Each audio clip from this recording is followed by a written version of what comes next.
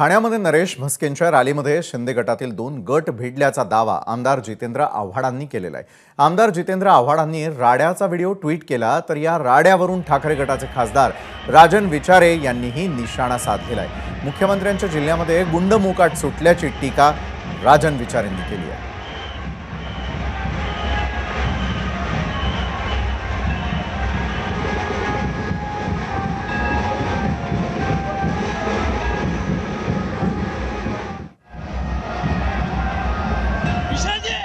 ते ठाणं म्हणतात आमचं बालेकिल्ला आहे, त्या बालेकिल्ल्यामध्ये फॉर्म भरायला सुद्धा गुंडांना आणावं लागतं।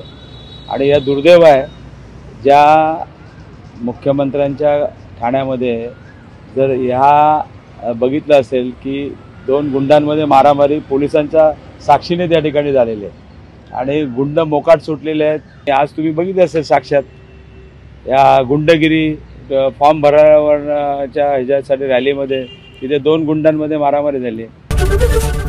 एबीपी माझा, उघडा डोळे बघा नीट।